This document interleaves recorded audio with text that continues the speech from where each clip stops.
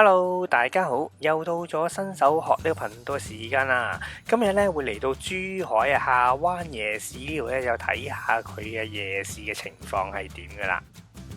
大家請支持五部曲、訂閱、撳 like、睇廣告、Facebook、Instagram、Twitter、Share，仲記得留翻個靚言啊！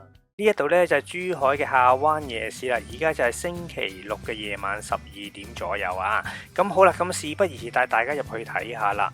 嗱，下灣夜市入面咧就其實有好多呢啲嘅小食檔啊，啲嘢嘅喎。咁啊，唔同嘅小食都會有嘅。嚟得呢啲嘅夜市就唔好講佢衛唔衛生啦，總之食到你唔肚屙就得噶啦。咁我就冇屙到嘅。咁呢一檔就牛雜檔，咁啊試一試佢啲牛雜啦。咁我就買咗2寸嘅牛雜。嗱，味道嚟講咧都唔差嘅，個牛雜味道都幾濃郁嘅。咁啊都係好似10蚊寸左右啦，呢度就20蚊。跟住咧就試一試呢個嘅潮汕蠔烙啦。咁啊價錢咧就20蚊嘅啫。嗱，咁嗌咗之後咧，佢即刻整俾你嘅喎。咁佢首先會加咗啲蛋啊，同埋啲蠔落去啦，跟住就喺度煎啦。咁煎好咗之後咧，跟住就會咧畢上嚟咧，就俾大家食噶啦。咁食之前咧，佢會加上一啲嘅醬汁啊，嗰啲嘢俾大家嘅。咁食落去咧，就好似啲蠔仔煎蛋咁咯。咁就唔係話同我哋平時食開啲蠔餅咁樣嘅。我覺得港式蠔餅好食啲。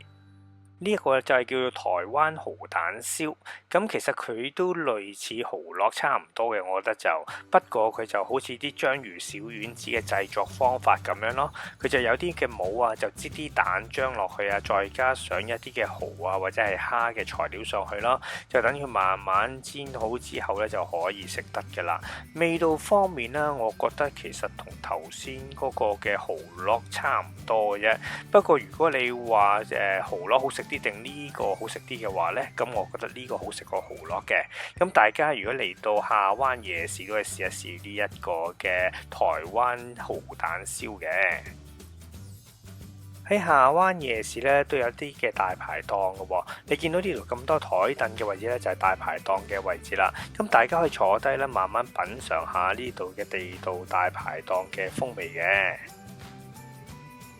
先嚟試下呢個嘅湛江生蠔先。平時喺深圳食燒蠔食得多啊，今次就嚟到下灣夜市呢度咧，就試一試佢嘅燒蠔啦。咁我就嗌咗1打嘅燒蠔啦，咁啊試一試佢嘅味道先。嗱，呢一度呢就係一啲嘅無骨雞腳喎。咁啊見到呢，其實我都唔係咁夠膽食呢啲嘅無骨雞腳啊。不過我哋可以唔食，但係一定要請你朋友食啊。但係好可惜，我請我朋友佢都唔食啊！我就揀咗呢一檔嘅湖南仔嘅大排檔啦。咁佢入面有好多唔同嘅海鮮俾大家揀嘅。咁我就嗌佢炒咗個釘螺啦。咁佢即炒嗰啲釘螺，咁啊睇落就好似幾有鑊氣咁。咁頭先我哋嗌咗一啲燒蠔啦，同埋呢啲嘅釘螺就喺呢度啦。燒蠔咧就一半辣一半唔辣啦，咁啊呢啲就唔辣嘅，味道嚟講咧都幾鮮幾好味嘅。咁呢個咧就係啲無骨鳳爪啊。頭先咧我話請朋友食嘛，我特登買咗俾佢，佢都唔食啊。咁呢個就係釘螺啦，味道嚟講都炒得幾好喎，個釘螺。食完頭先啲嘢好似唔夠喉喎，跟住再睇下呢度啦，有好多唔同海鮮啦，有魚蝦蟹同埋呢個瀨尿蝦喎。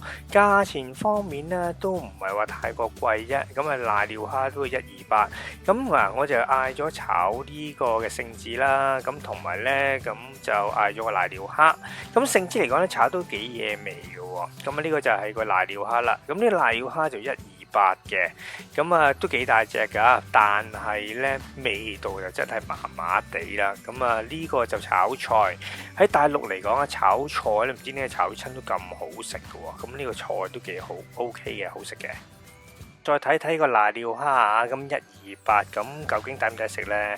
咁其實呢，嗱，咁啊就咁大隻嘅啫啊，咁啊成條，咁啊跟住切開一半咁樣咯。你見到啲肉呢，其實係好實嘅，你見到啲肉啊，咁所以呢，人哋話有冇啲咩鮮味啊，或者係啲肉質嫩唔嫩啊，完全係冇噶，完全係冇噶，咁好乾身，好鞋口，咁啊〜即係唔好食咯，即係簡單啲講。咁啊，其實如果你哋下次嚟呢，咁呢個瀨尿蝦呢，咁真係可以唔需要試嘅。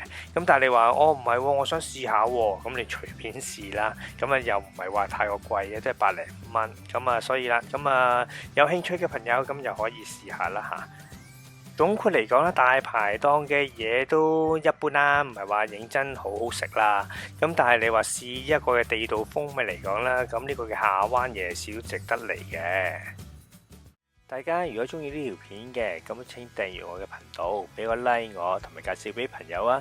你嘅支持就係我拍片嘅原動力，多謝晒。